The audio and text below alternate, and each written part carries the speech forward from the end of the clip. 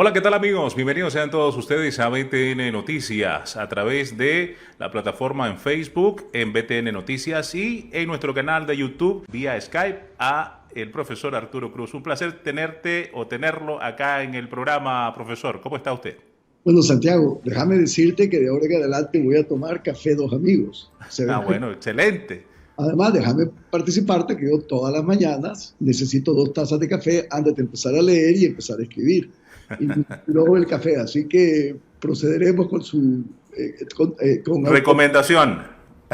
Excelente, no, se ve en la cara que lee mucho y tiene que preparar, pues, bueno, ahora no sé si con la precampaña va a tener chance de estar dando clases en el INCAE. ¿Eso ya lo resolvió? A ver, primero que todo, déjame decirte algo, Santiago, y te lo digo Sí. con toda la sinceridad del caso.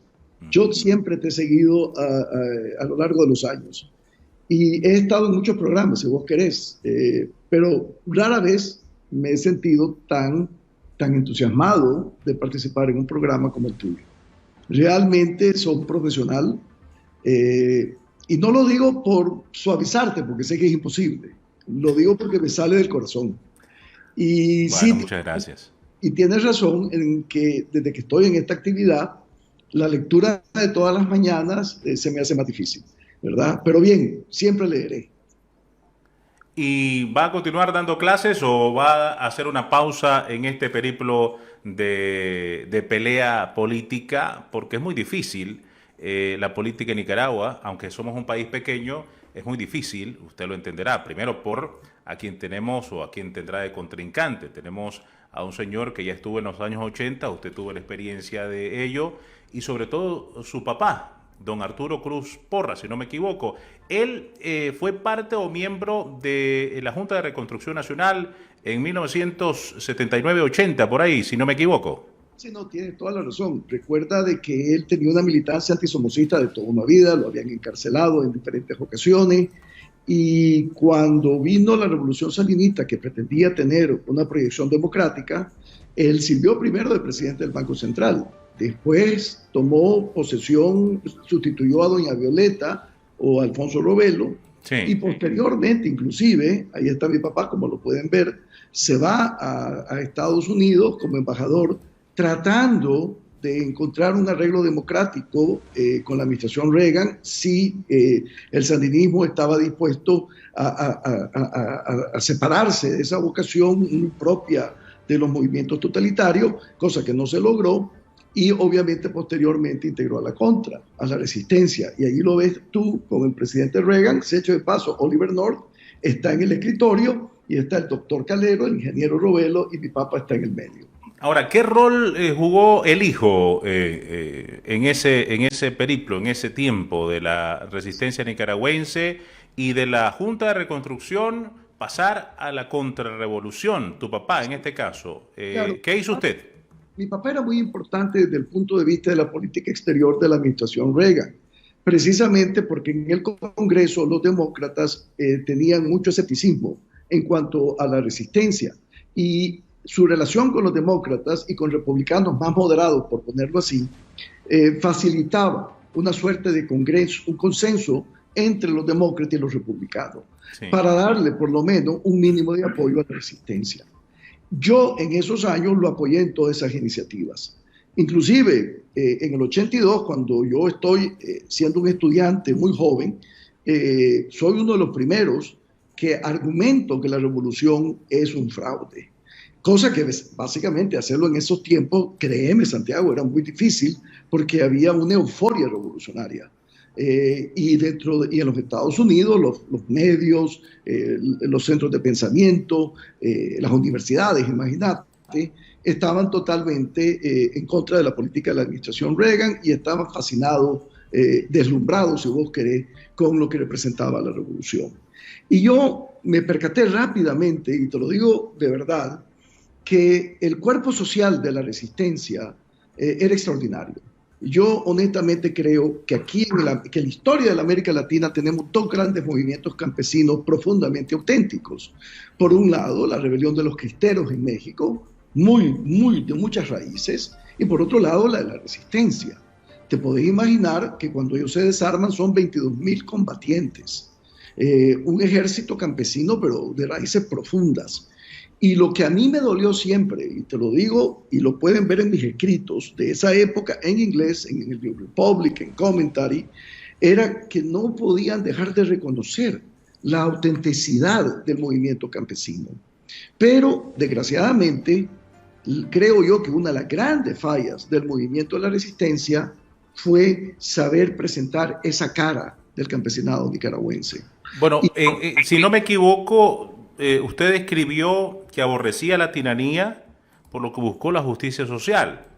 Cuando usted vio que la justicia social significaba un nuevo tipo de tiranía, buscó la democracia en la contrarrevolución, y cuando la contrarrevolución, usted vio que quienes buscaban el poder todavía dormían bien por la noche, mientras sus hombres morían por ello, optó por buscar la paz. ¿Es cierto esas declaraciones? Eso, pero yo tengo que ser sinceramente más benevolente con el liderazgo de la resistencia.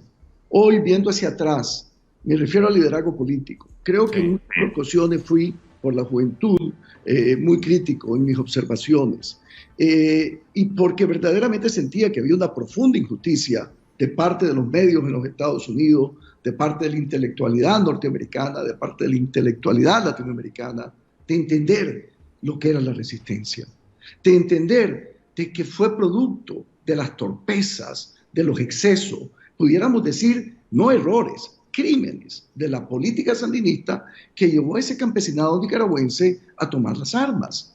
Y sin embargo, los querían presentar siempre en el exterior como mercenarios, como inclusive titulares durísimos, que cómo no van a doler, porque uno los conocía, los veía, donde se les llamaba bestias. Y me parece a mí que todo eso, a mí personalmente me caló. Ahora, llegó un momento, para serte franco, en que yo simple y sencillamente, sobre todo cuando yo me percato, y esto es muy importante que se resalte, de que viene la gran negociación política, donde hay un intercambio de intereses ya con la administración Bush, el primer Bush, donde fundamentalmente la resistencia se vuelve un problema para los Estados Unidos, más que un aliado, porque ya para entonces desapareció la Unión Soviética, hay la idea de que el sandinismo evolucionó, entre comillas, a un movimiento sin raíces ideológicas y que ya no representa una amenaza geopolítica. Entonces, los 22.000 combatientes dejan de ser algo funcional para los intereses norteamericanos. Y el secretario de Estado Baker, independientemente del respeto que le podamos tener, empieza a ver el tema de la resistencia como un problema. Y básicamente tratan de ver cómo lo va anticipando el movimiento. Y para mí fue una de las grandes injusticias. Y yo me recuerdo que yo tengo un intercambio muy duro con algunos de los funcionarios de la nueva administración y tomé la decisión en ese momento de retirarme y me fui a estudiar a Inglaterra, a Oxford, a hacer mi doctorado. Y básicamente ya, sinceramente, con un sentimiento de la injusticia que se estaba cometiendo. ¿Usted salió de Nicaragua en qué año hacia Washington? Yo voy en mayo del 82. Del 82. Yo me voy en mayo del 82. No me percato de la revolución sandinista, toda mi generación. Pero yo siempre tenía, y te lo digo con toda sinceridad, Santiago, una orientación mucho más socialdemócrata que marxista, definitivamente. Y siempre creí de que era importantísimo darle espacio a los, entre comillas, derrotados, que el país era de todos. Y yo rápidamente, soy franco, me percato de que este no es el proyecto con el que yo me siento a gusto. Y yo empiezo a tener mis dudas, pero me las guardo. Me la guardo callado porque estoy en Nicaragua, ¿verdad? Pero yo sí tomo una decisión muy propia mía cuando veo que no hay ningún interés en realmente encontrar una negociación auténtica con los Estados Unidos para ver cómo este proceso tenía una dirección más democrática. Y ahí me percato yo cuando viene el subsecretario de Estado Enders a Nicaragua. Yo no sé, vos sos tal vez demasiado joven, Santiago, para recordarte, pero Enders es el que está encargado de la política latinoamericana, ya con Reagan. Y sí, él viene a Nicaragua y los sandinistas, creo yo, la dirección nacional, comete el gravísimo error desde el punto de vista, inclusive de ellos, de creer que está viniendo porque están débiles, que los Estados Unidos es un tigre de papel y que realmente viene la gran revolución centroamericana y que la razón por qué Enders viene a buscar una salida pacífica, inteligente, democrática con ellos es porque están débiles y pierden la oportunidad, creo yo, de haber encontrado un acomodo donde ellos creo que tenían todavía la ventaja. Y Enders regresa a Estados Unidos, se separa del cargo y asume la posición como embajador en España. Y obviamente es a partir de ese momento que viene una política, si vos querés, de parte de la administración Reagan, madura.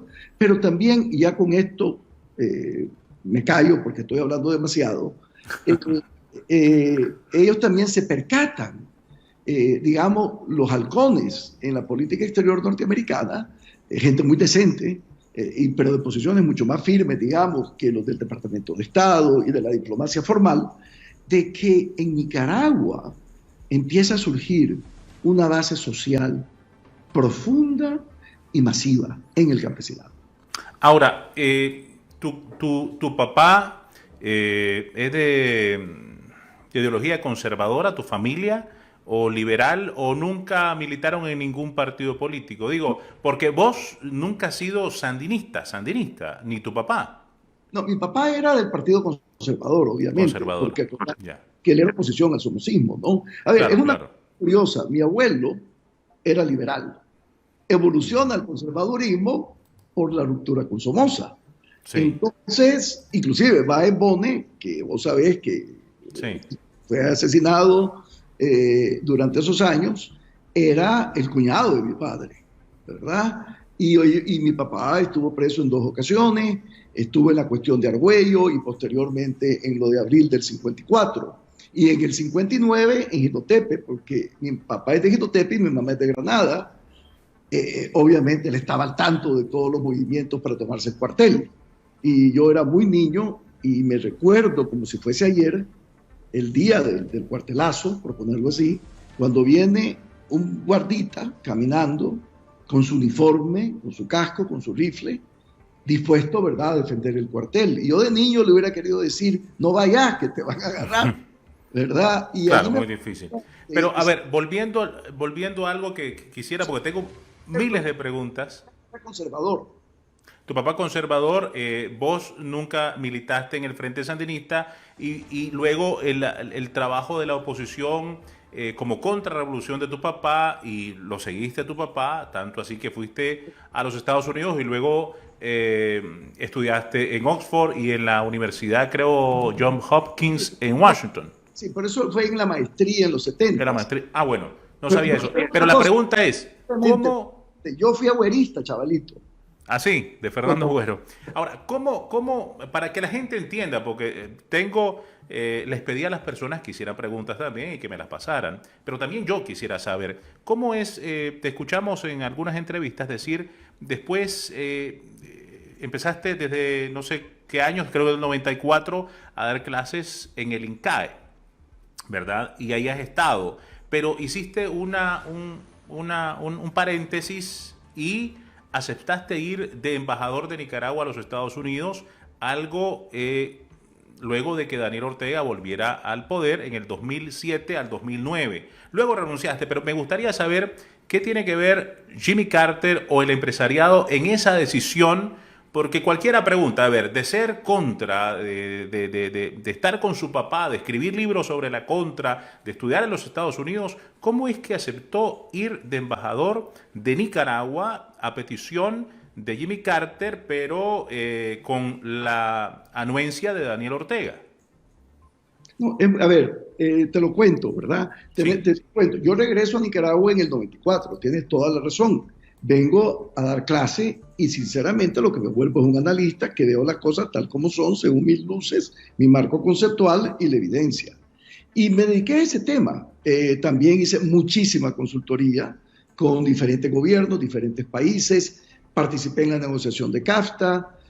No hay duda alguna que con frecuencia viajaba a Washington, donde tengo amistades de muchísimos años, ya sea porque estudiamos juntos o por otras razones. Ahora bien, yo cuando Daniel Ortega gana las elecciones, cosa que verdaderamente sorprendió muchísimo, ¿verdad? Cosa, sin embargo, que yo anticipé y lo dije públicamente, porque mi alegato era que con esa multiplicación de partidos iba a haber mucho problema en función a lo que nosotros llamamos en este tema el voto útil. Y el planteamiento que yo hacía era de que cuando tenés 4 opciones electorales relativamente fuertes, nadie tiene techo y entonces gana el piso más fuerte. Pero bien, pero yo estaba trabajando en El Salvador y al regresar a Nicaragua tengo varias llamadas y dicen, mira, acaba de haber una reunión entre el expresidente Carter con Ortega y con su equipo. Y el argumento que estaba ofreciéndole el presidente Carter era de que era indispensable conservar las relaciones con Estados Unidos lo mejor posible, precisamente porque Nicaragua es parte del ecosistema económico de los Estados Unidos. Una relación torpe con los Estados Unidos iba a traer un deterioro para el país. Teníamos que pensar en ese momento en los organismos multilaterales, teníamos que pensar en CAFTA y en los empleos que se estaban generando, teníamos que pensar en la cuenta del milenio, que representa carreteras, que representa puentes para que la gente los pueda utilizar. Y me dicen que Carter insistía en que alguien como yo, que conoce muy bien a los Estados Unidos, era el argumento, podía servir de puente para evitar los malos entendidos. Posteriormente, otros, como parte de la sociedad económica, me decían, Arturo, pensalo, creo que debes hacerlo. Hay algo, y eso me lo dijo un amigo que mucho quería yo y que ya falleció, tenés que pensar en lo que los nicaragüenses nunca hemos podido caracterizar, que es el interés nacional. Independientemente de quién gobierne, hay cosas que son de interés vital y básicamente te va a tocar tragar sapos. Pero si vos verdaderamente crees que la relación es indispensable para mantenerla fluida y garantizar todo esto, deberías asumir el cargo. Y lo asumí verdaderamente consciente de las complicaciones que esto significaba. Y quiero que estés claro de algo, Santiago. No un solo día, en esos 2 años que me desempeñé como embajador, hace 12 años, en que yo llegué a mi escritorio sin enfrentarme con tantos problemas.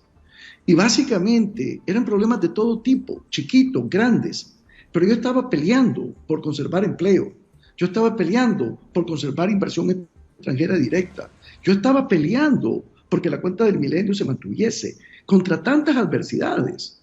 Y a mí me daba una angustia tremenda pensar de que todas esas oportunidades las podíamos perder, porque al final el que pierde no es el gobierno, es la sociedad nicaragüense, son nuestra gente.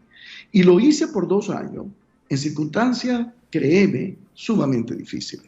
¿Cuándo te diste cuenta que debías renunciar y que no era lo tuyo y por lo tanto, a pesar de que no te despidieron, no te corrieron, dijiste hasta aquí nomás? Incluso, yo te quiero que estar claro de algo, Santiago. Yo me pude haber quedado el tiempo que quería.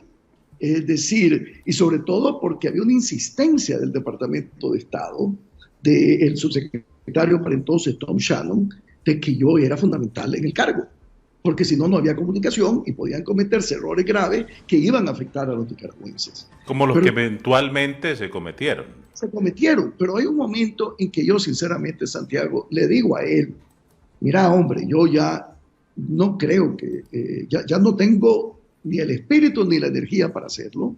Y esto empieza cuando la barbaridad del fraude electoral de Managua, imagínate, a mí me afectó muchísimo.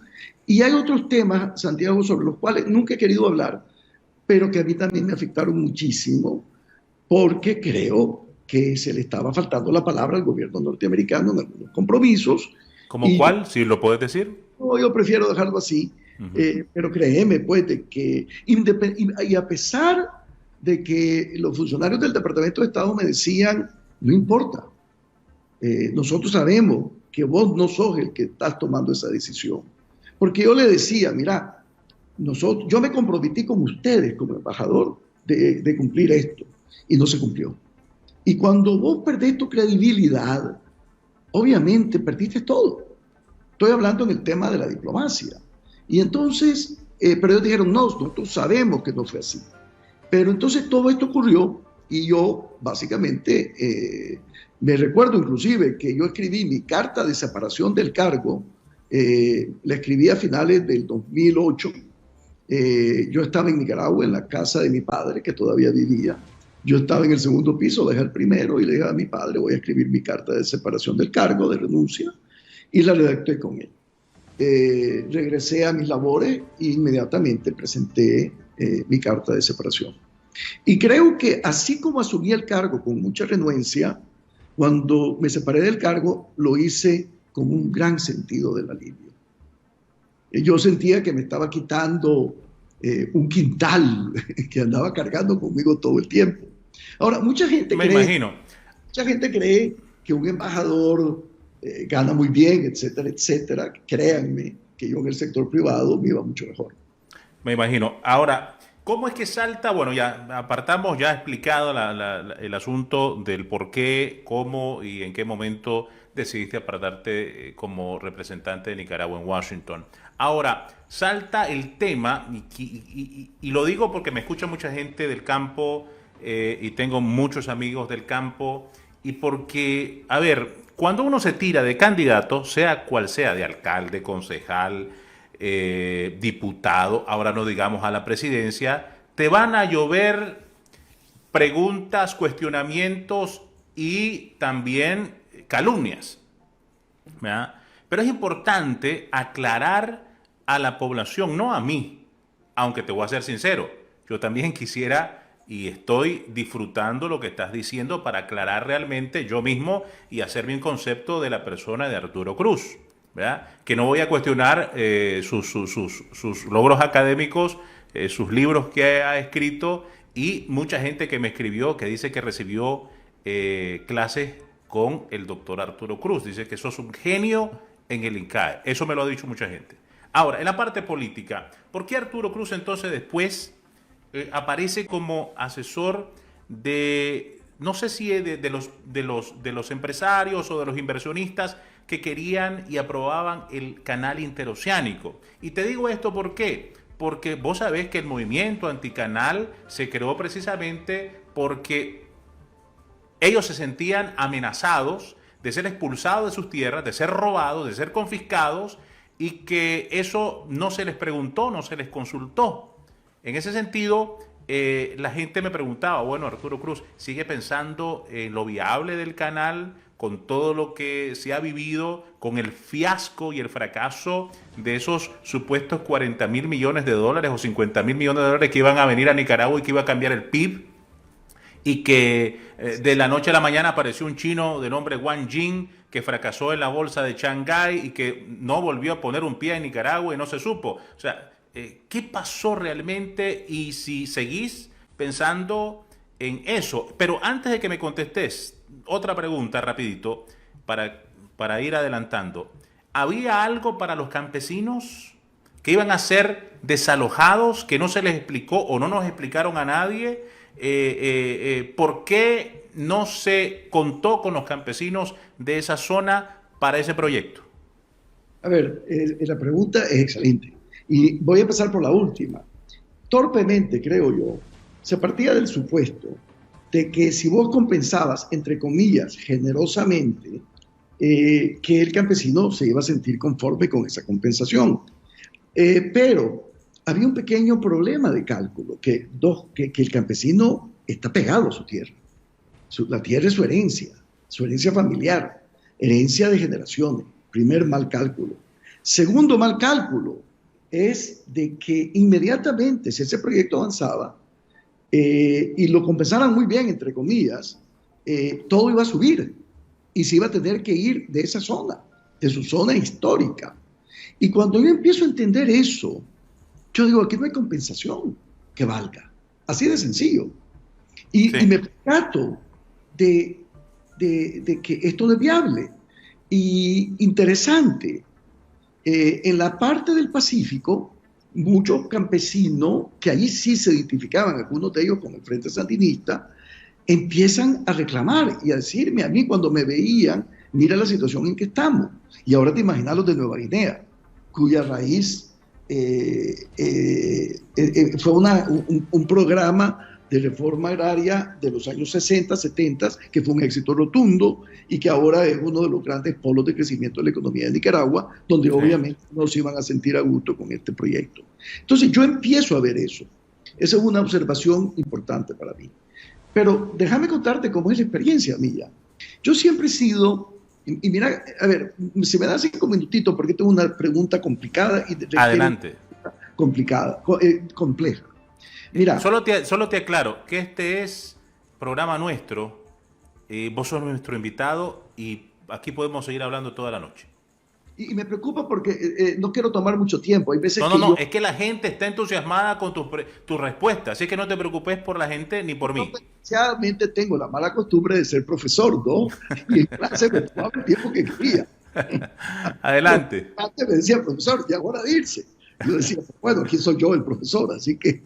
Entonces yo he estado en un espíritu más de autocrítica en ese sentido, de tener conciencia de que el tiempo no es mío y que tengo que ser sensible al tiempo de los demás. Mira, históricamente, acordá que Nicaragua nace atada a su geografía. El concepto famoso de que aquí estaba el estrecho dudoso. Y obviamente no estaba, pero no había duda de que Nicaragua era una ruta canalera de un potencial espectacular. Y nosotros nos desarrollamos como nación pegado a esta ilusión, a este sueño. Y yo en un momento dado llegué a sentir tanta rechazo por este sueño, porque no lo consideraba viable, que inclusive lo empecé a equiparar con El Dorado, esa ciudad de oro que los españoles buscaban y nunca la encontraron.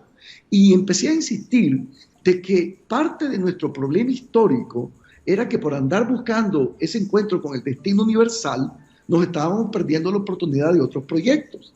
Inclusive esto lo escribí en el Nuevo Diario, en una entrevista que di.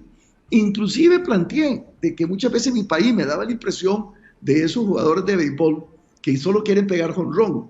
Y por no pegar jonrón, y por andar queriendo pegar jonrón, nos vivimos ponchando, en vez de pegar un hit, un doble, y que habían otros proyectos extraordinariamente importantes que nos podían hacer saltar económicamente.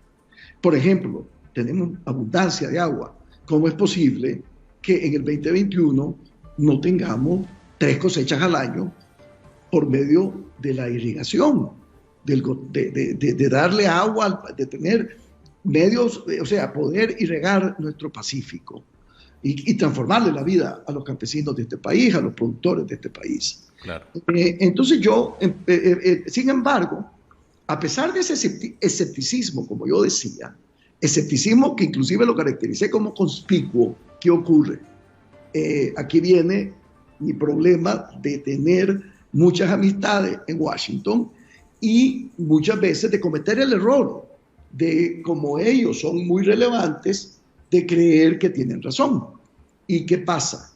Que yo dejo de ser menos conspicuo cuando una de las grandes firmas, pero créemelo, Santiago, de los de grandes ligas, son contratados para representar a Wang Jing. Y además de eso, contrata a la firma de abogados de Obama. Y además de eso, contrata a los consultores más caros que te puedas imaginar en el mundo. Y además de eso, contrata a los especialistas ecológicos y hace. Entonces yo digo, mira qué interesante, déjame ver. Y en ese sentido, los de Washington, los de esta firma, me piden que junto con los del sector privado los acompañe en el viaje a China. Y voy a China. De lo cual, obviamente, créeme que fue un viaje muy interesante por un lado y muy complicado por el otro. Pero en el viaje me percato que aquí hay un componente geopolítico muy serio. Porque detrás de ese chino estaba, en mi opinión, el ejército de China. Y obviamente eso ya es complicado.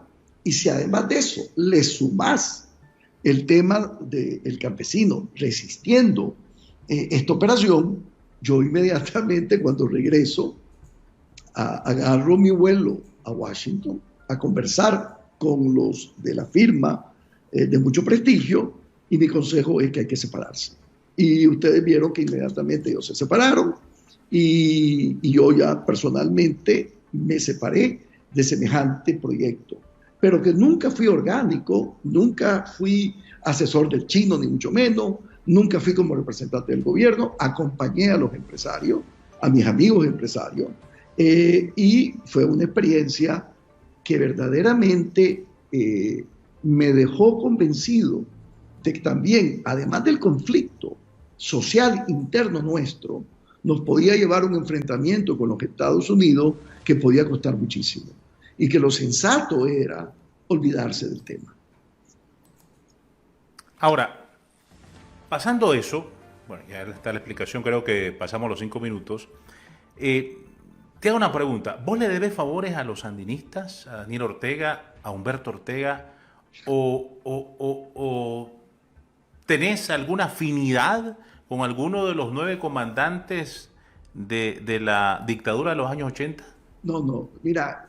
¿Por qué? Te hago esta pregunta, ¿por qué? Porque muchos adversarios, ¿verdad? Que imagino que gozan escribiendo y no critican de una manera constructiva, y está bien pues que opinen, esa es la democracia, es la libertad. Pero a ver, como Arturo Cruz hizo eso, ya diste la explicación, muchos dicen, Arturo Cruz se ficha del Frente Sandinista. Yo quiero saber si Arturo Cruz le debe algún favor a Daniel Ortega o tiene algún vínculo con Humberto Ortega. Sí, no, a ver, veamos las cosas como son. Yo, honestamente, yo converso con todos en Nicaragua. Yo converso con gente del PLC, converso con el Partido Conservador. Tenía y tengo que decirlo, y que lo extraño, una muy buena amistad con Dionisio Marenco, desde mi niñez en Granada, cuando crecí en Granada. Y por supuesto, yo he hablado con muchos sandinistas. Y tengo una amistad hoy en el 2021, con miembros que fueron destacados en la revolución y que ahora son destacados opositores.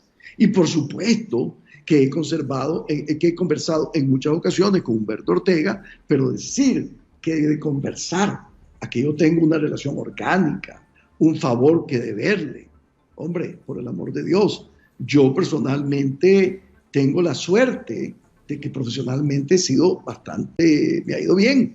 He sido un profesor de 25 años, he tenido muchas consultorías y he sido muy modesto en mi forma de vivir. Perfecto. Arturo, ¿dónde estabas vos en el 2018? Cuando abril de 2018, que empezó la gente, los estudiantes y aquello de Indio Maíz y luego por los ancianos de Links, y que empezó esa insurrección estudiantil. ¿Dónde estaba Arturo Cruz? En Costa Rica, dando clase. ¿Estaba dando clase en Costa Rica? Costa Rica. Okay. Y realmente me regreso a Nicaragua y vivo la experiencia intensamente. Y aquí es donde yo empiezo verdaderamente a plantear con mis amigos del sector privado, con mis amigos de la sociedad política, con mis amistades en otras partes, y decir, tal como veníamos advirtiendo desde el 2011, 2013, 2016, que el régimen se estaba agotando, verdaderamente mira lo que estamos viviendo. Y definitivamente hay que estar claro que ya el régimen se agotó. Podrá reproducirse, podrá mantenerse, pero por coerción, ya no por ni siquiera legalidad, mucho menos por legitimidad. Y allí es a donde yo planteo la tesis del famoso aterrizaje suave. Eso te quería preguntar, porque, a ver, yo tengo por acá lo que vos supuestamente dijiste de eso del aterrizaje suave. Vos cuando hablaste de aterrizaje suave, lo dijiste para Nicaragua, pero la gente, o tus adversarios, o la gente que no te quiere, dijo, no, el aterrizaje suave es para Daniel Ortega. ¿Es cierto o no es cierto? ¿Qué fue lo que realmente dijo Arturo Cruz con eso del tema del aterrizaje suave? Que a tus adversarios les encanta mencionarlo a cada rato. Mira, Santiago, para empezar, yo estoy en Costa Rica y no estamos hablando del tema de Nicaragua. Es decir, INCAE tiene una serie de lo que ellos llaman podcasts sobre Centroamérica, sobre América Latina. Sí, y me piden que dé un análisis no de Nicaragua, sino de Costa Rica.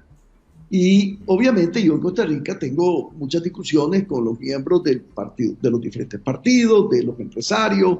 Yo paso tiempo en Costa Rica y en ese momento yo lo que estoy insistiendo es que la situación fiscal de Costa Rica se va a salir de las manos si no toman una serie de medidas difíciles y que el sistema político costarricense es renuente a tomar esas decisiones difíciles. Y ya ves el enredo en que están fiscalmente hoy, ¿verdad? Y claro, Después hablamos de los partidos políticos, de su relevancia en Centroamérica. Incluso insisto que los partidos políticos en El Salvador se están devaluando a una velocidad extraordinaria y que puede surgir una figura mesiánica, entiéndase alguien con las características del señor Bukele, que en un momento dado se encarama él como el gran mediador entre Estado y sociedad, desplazando a los partidos. Y yo, mis estudiantes, si están escuchando esto, ellos saben de lo que estoy hablando, porque esto era parte de las clases del INCAE.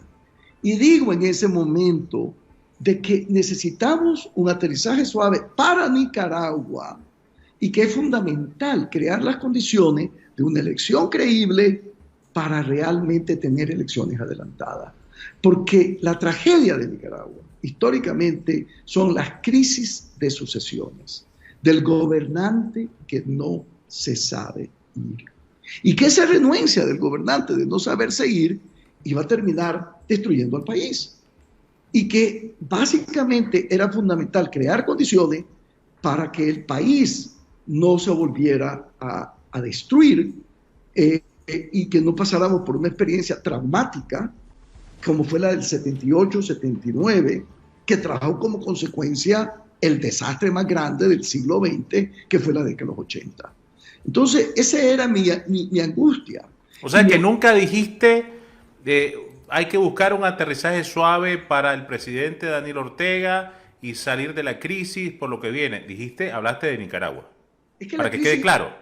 Pero a ver, Santiago, la crisis era Ortega. Sí. O sea, crisis sinónimo Ortega. Por lo tanto, andate. Eso era lo que estábamos diciendo. ¿Verdad? Y si te sabes ir, cuidado que te va bien. Pero si no te sabes ir, definitivamente vas a destruirte vos y Nicaragua. Ahora, ¿vos estás de acuerdo con los dos informes de la Comisión Interamericana de Derechos Humanos y de la Oficina del Alto Comisionado de las Naciones Unidas con lo que pasó en abril y en el 2018? Fue de una credibilidad incuestionable. Y fíjate bien, Santiago, eso abona a una crisis de legitimidad total. Mira, todo poder necesita de tres componentes, independientemente de la fuerza de ese poder. Necesita ser legal, necesita ser efectivo, pero sobre todo, para sostenerse en el tiempo, necesita ser legítimo. Y cuando vos perdés la legitimidad, más temprano que tarde, vas a entrar en una crisis mayúscula de la que no vas a poder salir. Entonces, aún un autócrata, aún un dictador con visión, ¿qué hace? Pues se sabe ir, hombre. Y entonces evita el colapso de la sociedad y evita su propio hundimiento. Pero si vos insistís en seguir gobernando y en seguir gobernando, y sobre todo sobre la base de la coerción, no hay manera, pero no hay manera que salga bien. Ahora, el problema no es que él no salga bien, es que Nicaragua también no sale bien. Ahora, la gente me imagino que está en la mente, Santiago, preguntarle esto, yo te lo pregunto porque también transmití, no me fui de Nicaragua, cuando estaba en el programa de la Radio Corporación, a las 3 de la tarde escuchabas, recibiendo todo, participé en casi todas las marchas, lo viví de cerca. Ahora, vos, o usted, perdón, que te vocé, si usted llegara a ser presidente de la República, ¿buscaría cómo hacerle justicia a las madres de abril, a tantas familias que perdieron a sus seres queridos? ¿Cómo va a ser la parte de la justicia? Yo entiendo que el Poder Judicial está parcializado el día de hoy. Y para poder cambiar a esos magistrados y jueces, se necesita ganar no solamente la presidencia, sino también mayoría absoluta en la Asamblea Nacional, con diputados que no se pandeen, que no se bailen, que no se hagan los independientes o bisagras, ¿verdad? Y no se pasen al otro lado por cañonazos. Pero quisiéramos escuchar a Arturo Cruz. De llegar a la presidencia, buscaría cómo realmente no vengarse, ni buscar venganza, pero cómo hacer justicia ante tanta injusticia. Además, fíjate bien, y es muy bien lo que has dicho, no queremos venganza, porque la vendetta trae más vendetta y trae una situación imposible, ¿verdad?, para una sociedad. Se trata de justicia, como vos decís, y la justicia solo se logra sobre la base de instituciones fuertes. instituciones que respetan las normas, que respetan el Estado de Derecho. Y para eso, como vos muy bien decís, tenés que tener una correlación de fuerza en el Congreso tan fuerte que podés empezar a modificar esta estructura que básicamente está personalizada, está instrumentalizada. Y eso es inevitable si queremos tener justicia. Ahora, es un primer paso asumir la presidencia. ¿Ves lo que te estoy diciendo? Y si solo la asumís en un contexto de minoría parlamentaria, la situación va a ser muy difícil. Por eso es que no puede haber una participación electoral donde no tengamos condiciones competitivas y donde definitivamente no tengamos un proyecto que facilite lo que los especialistas en campaña llaman el vehículo del voto útil, donde la gente sabe que al votar por ese vehículo se están garantizando que ese voto va para sacar a Ortega de la presidencia.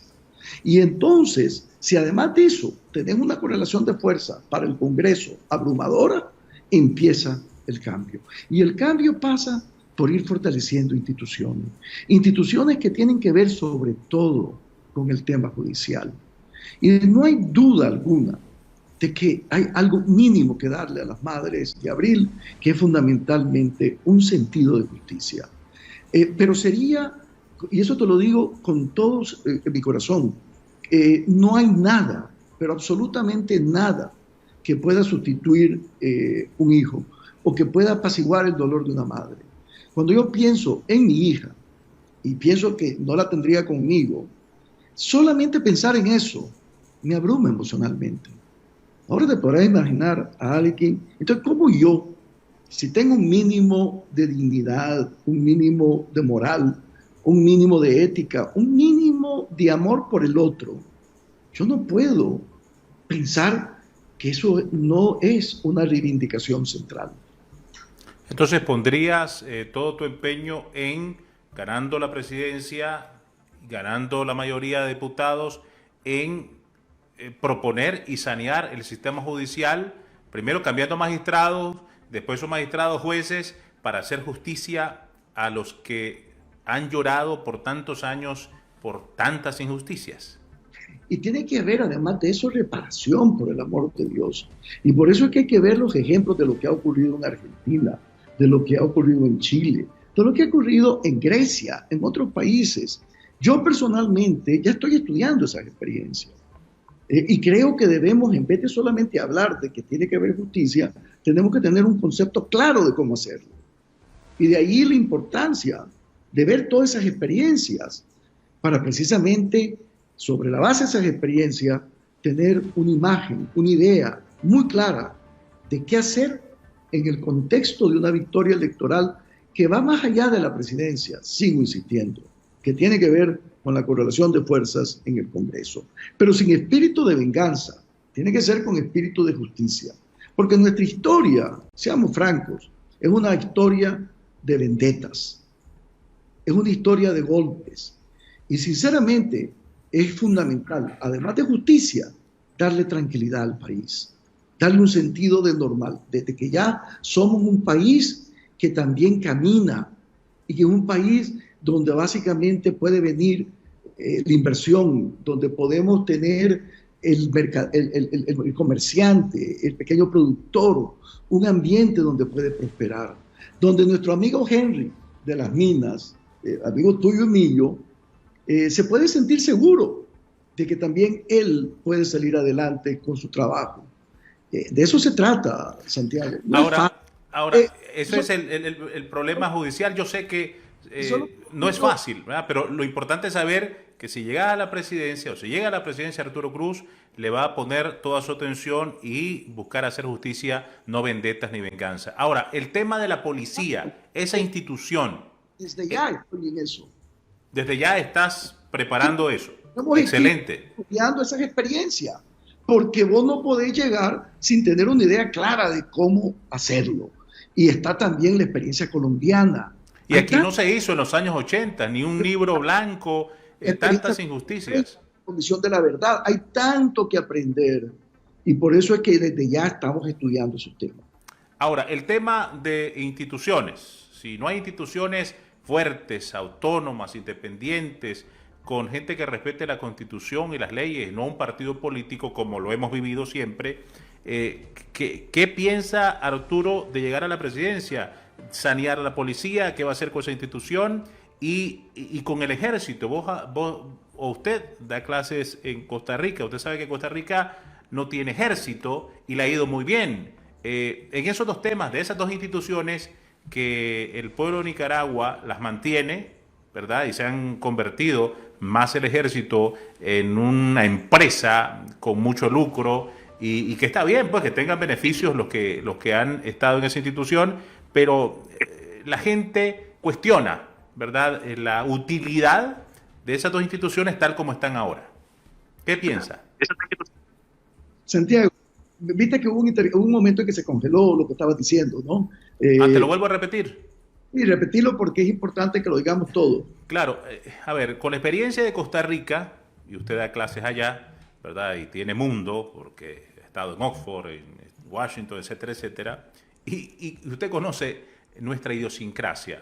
La gente se pregunta, ¿qué vamos a hacer con esa institución de la Policía Nacional, tal y como se ha convertido en una institución partidista, que no respeta los derechos humanos, que viola las leyes y la Constitución, y la institución del ejército?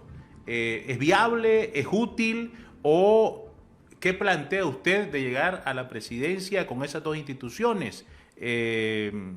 Quisiéramos una respuesta clara, y no necesariamente me tiene que complacer a mí, sino pues con ideas y con argumentos de una persona que ha estudiado mucho y que conoce no solamente nuestra historia y nuestra idiosincrasia, sino también la historia de Costa Rica y nuestro vecino. Claro, yo honestamente soy del criterio que estas dos corporaciones, que no son instituciones, se tienen que transformar en instituciones como un primer paso en una evolución hacia la posibilidad de reinventarlas de otra forma. Pero tenés que hacerlo, eso es indiscutible. No pueden seguir siendo corporaciones, no pueden seguir siendo instrumentos personales. Y por lo menos tenemos que, como primer objetivo, de tantas cosas que hay que hacer, Santiago, ¿verdad?, transformarlas en una institución, en instituciones nacionales. Y a eso es a lo que yo aspiro. Nosotros vamos a tener un plato lleno de cosas, lleno de desafíos. Y por eso es que yo siempre he dicho, y te lo digo con toda sinceridad, que es un primer paso. Es decir, y no es un solo gobierno el que va a cambiar este país. Son varios gobiernos. Inclusive me atrevo a hablar de generaciones. Porque muchos de nuestros vicios los venimos acarreando a lo largo de las décadas. Y es importante estar consciente de que para poder superar esos vicios vamos a tener que tener consistencia de los gobiernos del futuro, uno tras otro, tras otro. Y vamos a tener que insistir en estos temas de que instrumentos privados, corporaciones prácticamente, se tienen que transformar en instituciones. Y quiero decirte, Santiago, construir instituciones es lo más difícil. No, vos podés construir un puente de cemento y de hierro, pero construir una institución que son agregados sociales y que dependen de normas y de conductas es tremendamente difícil. Y si algo hemos padecido en Nicaragua es precisamente a lo largo de nuestra historia ausencia de instituciones que perduren y que funcionen sobre la base del interés nacional y no sobre la base de un interés particular. Por supuesto que se necesita mucho tiempo, ¿no? Pero sobre todo la decisión de hacerlo. Porque, doña Violeta, en ese contexto de la guerra civil, de armas y de muerte y de todo, pues se entiende. Pero por otro lado, no se entiende el dejar un año más a Humberto y luego Antonio Lacayo, el ministro de la Presidencia, pues llegar a ser un cupiacumi, ¿verdad?, entre la presidencia y el ejército y el Frente Sandinista. Luego vino Arnoldo, que dijo que se iba a montar, se iba a subir a un tractor y iba a pasarle el tractor a la casa esa piñateada de Daniel Ortega, a Jaime Morales Carazo, que luego creo que se entendieron. Tampoco hizo mucho y Enrique Bolaños, pues bueno, se enredó él solo y al final no pasó nada. O sea, todos los gobiernos medio democráticos, ¿verdad?, con sus luces y también con sus errores, han prometido algo mejor a la patria. ¿Por qué yo tengo que creerle a Arturo Cruz que va a ser diferente y el legado, si llega a la presidencia de Arturo Cruz, para que otra persona tome ese mismo rumbo para ir saneando estas instituciones. ¿Sabes por qué? Porque no te estoy prometiendo una solución instantánea. Porque no me voy a montar en un tractor, porque es mentira, ¿verdad? Y porque no voy a hacer nada de eso.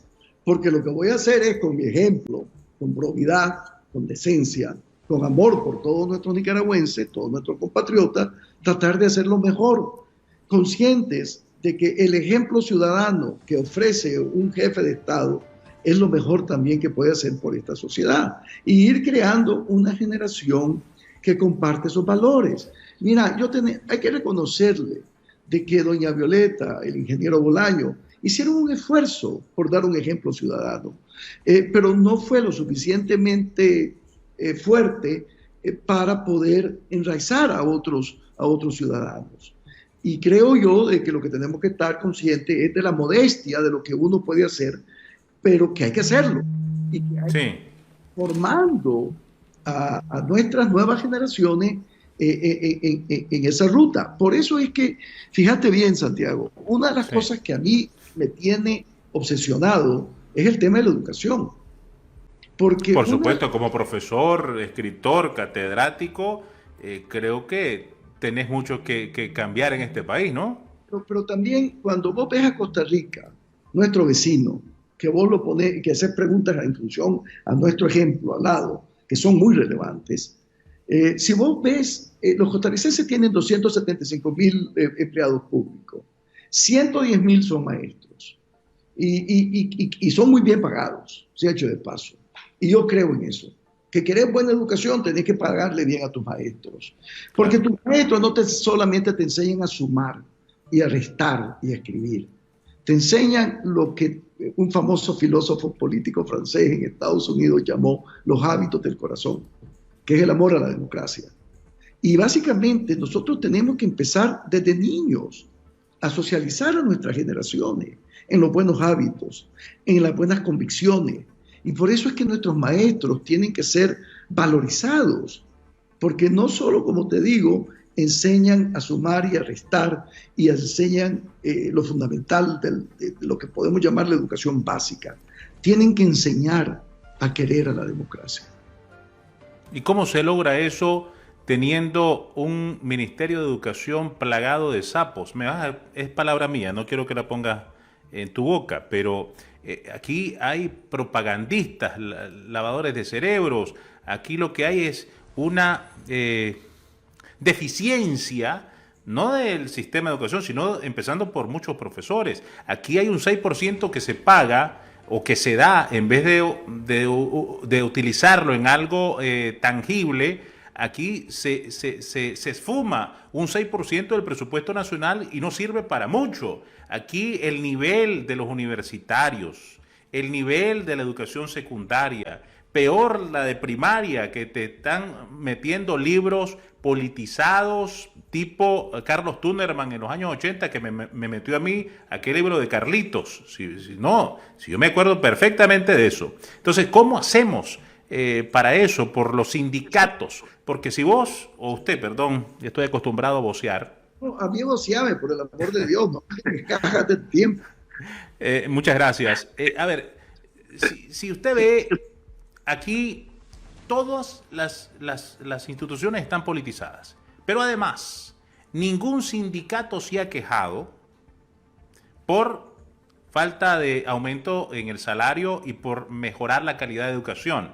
Y si nos vamos al sector salud, estamos igual, al sector de infraestructura igual, y si vamos más allá, realmente aquí lo que controlan los sindicatos son las mismas figuras del Frente Sandinista, empezando por el presidente de la Asamblea Nacional. ¿Cómo vamos a hacer, o cómo hará? No yo, ¿verdad? Pues no soy candidato a nada. Pero, ¿cómo vamos a hacer todos los nicaragüenses? Pero si usted llegara a la presidencia, ¿qué haría? Bueno, honestamente, ese es otro desafío. Vuelvo a insistir. Y no te puedo decir mecánicamente qué es lo que voy a hacer, en el sentido de que no voy a despedir gente. Déjame decírtelo ya. Voy a despedir a los que están en los puestos principales, pero tenemos que trabajar con los que ya están. y tenemos que irlos profesionalizando y persuadiéndolos. Y los tenemos que verdaderamente empezar a atar, vincular remuneración por educación y competencia de ellos. Y tenemos que empezar a trabajar con lo que tenemos, Santiago. Es decir, como dicen los campesinos, son nuestros bueyes y con eso vamos a arar. Y no quiero usar esa metáfora en función a ellos, ni mucho menos, pero tenemos que lidiar con nuestras realidades. Pero bien, lo que sí creo es que es fundamental enfrentar todos esos problemas sin demagogia y decir que con una varita mágica lo vamos a resolver. No es cierto. Pero ahora, usted sabe mucho de economía, de finanzas, es profesor.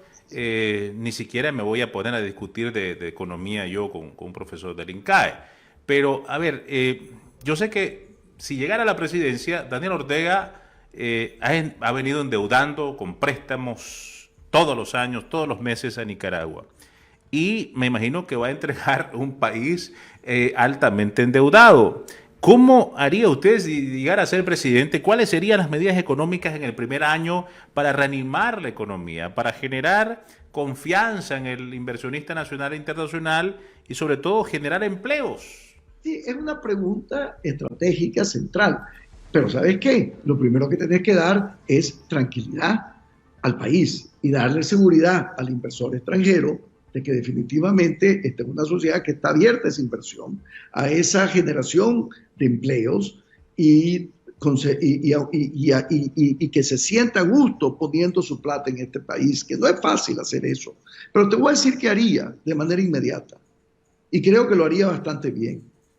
Yo creo que pudiese fácilmente salir al exterior y montar un paquete tipo Plan Marshall, como el que se dio para Europa y reconstruirla después de la Segunda Guerra Mundial. Ir al Banco Mundial, ir al BID, entendernos con el Fondo Monetario, ir a otras instancias en la comunidad internacional y básicamente exigir, negociar con ellos flujos de desembolso inmediato para que precisamente podamos tener un presupuesto sano, para que podamos básicamente mantener inversión pública seria, para que pueda también, sobre la base de esa inversión pública, atraer inversión extranjera directa, tener crecimiento que genera densidad de empleos y básicamente ir sacando a Nicaragua de esta situación de estancamiento total. Tenés que tener capacidad de movilizar a que la comunidad internacional, no solamente para ayudarnos a tener elecciones creíbles y competitivas, sino para reconstruir este país económicamente. Y creo que eso lo haría bastante bien. Es decir, no quiero presentar... Voy a pecar de ingenuo. Usted habla perfectamente inglés. ¿Perdón? Voy a pecar de ingenuo. Usted habla perfectamente inglés, me imagino. Bastante bien. Acordate que en Inglaterra, ¿verdad?, me obligaron a hablar el inglés de ellos. Digo esto ¿por qué? Porque se necesita, la gente ha visto recientemente el caso más cercano que tenemos de nuestro vecino El Salvador. Un Nayib Bukele joven, habla perfectamente inglés, se lleva muy bien con los norteamericanos, con los europeos. Hombre, y ha sido un fenómeno porque, a ver, le jaló votos a la izquierda y le jaló votos a la derecha, y una encuesta recientemente dice que el 98% de los salvadoreños dicen que ha hecho muy bien el trabajo con la pandemia del coronavirus. Pero, por supuesto que se necesita no solamente conocimientos, saber de economía, saber de diplomacia y saber el idioma y saber cómo entrar. Pero como el tiempo se me está yendo, no me quiero ir demasiado largo. Y me gustaría preguntarle a Arturo Cruz, ¿dónde se ubica? ¿En el centro, a la izquierda o la derecha? Porque al parecer te quieren mucho los de la izquierda renovadora o salvadora del MRS. ¿Dónde se ubica Arturo Cruz en este momento y en esta contienda? Santiago, qué maravilla de lo que me acabas de decir, porque los que más me atacan son los amigos del MRS, ¿verdad? Son los que verdaderamente, yo no sé, tienen una fijación con tu servidor, cuando yo he sido de los que insisto que si ellos evolucionaron hacia la socialdemocracia, que reconoce que el mercado y la iniciativa de los privados es la dominante, pues qué bien. ¿Qué les ha hecho usted a ellos, pues? Pues no sé, pero pareciera de que hay ciertas reservas en el tema conmigo, no sé. La verdad del caso es que te voy a decir dónde me ubico yo. Yo me ubico en el centro y dependiendo de la situación puedo preferir el mercado y en otras ocasiones, que no son las mayoritarias, la presencia del Estado.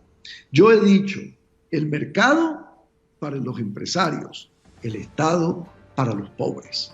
Muy bien, le gustó esa frase a mi amigo Álvaro Somoza, que te está viendo seguro Coral Gables ahí en Miami, y me dijo, dijo algo que no se lo había escuchado a nadie, y es precisamente eso que dijiste ahorita, que el Estado para los empresarios, así, para el mercado.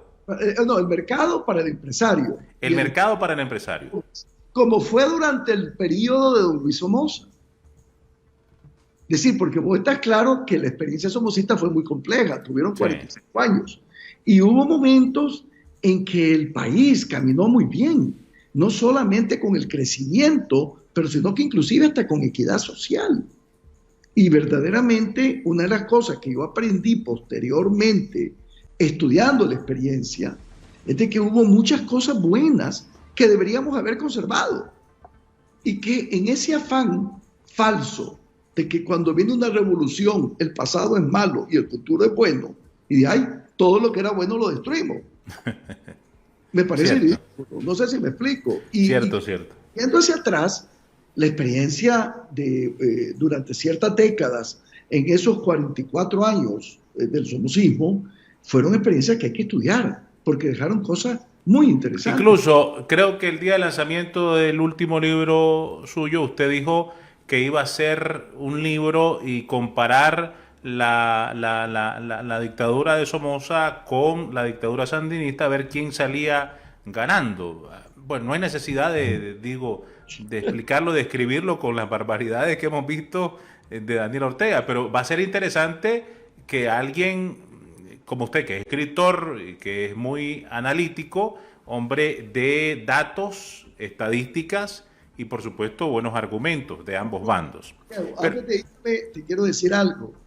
Espero que no se vaya, tengo todavía unas preguntitas. Santiago, acordate que ahora ya soy candidato, entonces tengo otros compromisos. Le entiendo, le prometo que voy a terminar rapidito, porque, a ver... Te quería decir algo. Sí. Ojalá que pueda escribir ese libro después de ser presidente. No creo que vaya a haber tiempo si sigue en esta pre-campaña y logra posicionarse. Ahora, a usted se le ha escuchado mucho decir por el amor de Dios, tiene esa muletilla muy buena desde mi punto de vista. ¿Usted se considera católico? ¿Está a favor de la vida, en contra del aborto, de los matrimonios igualitarios y la agenda lesbiana, gay, transexual, etcétera, etcétera? Te tengo que decir con toda franqueza y toda claridad, yo me inclino con la posición, a favor de la posición de la Iglesia Católica. Y me siento muy a gusto con la posición de la Iglesia Católica. Yo crecí en esa convicción, en esa fe, y espero morir en ella. No he sido un buen católico, tengo que decirlo, pero yo sí tengo amor por esa iglesia. Ahora, siendo candidato o no siéndolo, o llegando a la presidencia, ¿pedirías que regrese Monseñor Silvio Báez? ¿Qué opinión le tiene Arturo Cruz a Monseñor Silvio Báez? Un hombre de muchísimas luces, un hombre íntegro, un hombre ejemplar, pero es una decisión de la iglesia. Pero vos estarías de acuerdo. Por supuesto, y quién no quiere que la gente regrese a este país, pero vuelvo a decir que todos regresemos. Pero Santiago, ellos son una congregación con su propia forma. Por supuesto, eso lo entiendo, pero quería escuchar la opinión. Ahora, ¿cuál es la postura de Arturo Cruz, precandidato ante la coalición nacional? A ver, yo me siento mucho más identificado con Alianza Ciudadana y creo que en el fondo todos coincidimos en la importancia de la unión, que todos coincidimos en el tema de elecciones creíbles, de lo que yo he llamado el despegue y para lo cual necesitamos una pista que pasa por elecciones creíbles y competitivas. Si fuera Arturo Cruz el candidato, si fuera Arturo Cruz el candidato de la Alianza Ciudadana, ¿buscaría acercamientos para unificar la Alianza Ciudadana y el PLC? ¿O no hay necesidad de buscar al PLC en estas circunstancias? Habría que ver, pero definitivamente vos tenés que darte cuenta que si querés ganar de manera abrumadora, precisamente para cambiar la correlación de fuerzas en función al Congreso, tenés que explorar toda posibilidad de entendimiento, Santiago. Y hay que Eso incluiría también a los partidos de izquierda o movimientos de izquierda. A ver, obviamente no podés darle a todos el mismo peso, pero indiscutiblemente tenés que tomar en cuenta sobre todo aquellos que tienen cuerpo social. Y definitivamente para mí hay organizaciones políticas que no tienen el peso social que ellos proyectan en las redes, pero también hay que tomarlos en cuenta. Ahora, Arturo Cruz iría a las elecciones de ser el candidato ya de Alianza Ciudadana sin reformas electorales, con persecución y acoso a la oposición, con presos políticos y sin tener quien cuente los votos. ¿Te prestarías a eso? Para serte franco, me costaría muchísimo. Lo pensaría mucho, mucho.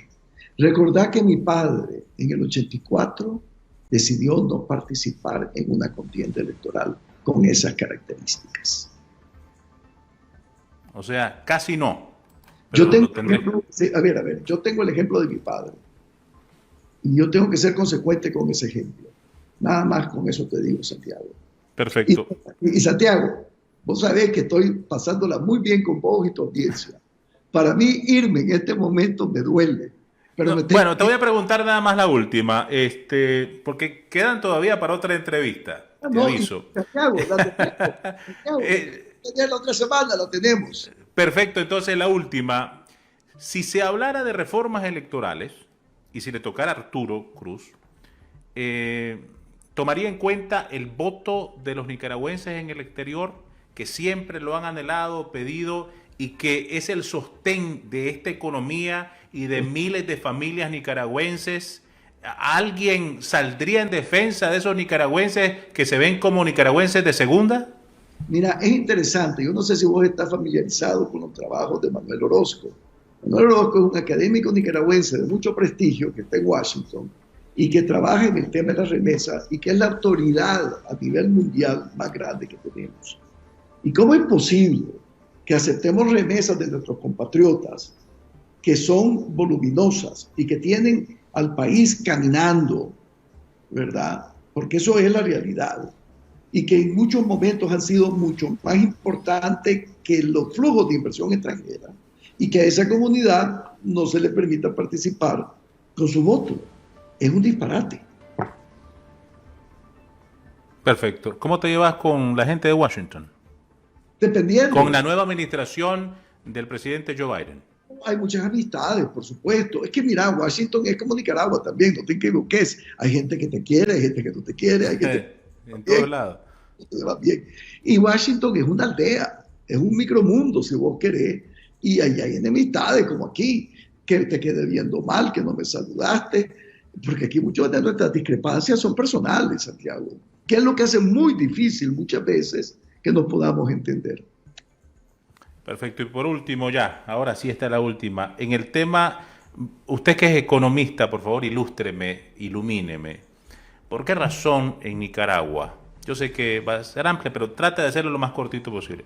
¿Por qué seguimos pagando un montón de plata por la energía eléctrica, por la gasolina, por el diésel? ¿Qué negocio más redondo? ¿Y por qué? Santiago, porque no son mercados competitivos, porque no tenemos competencia, porque no son mercados abiertos.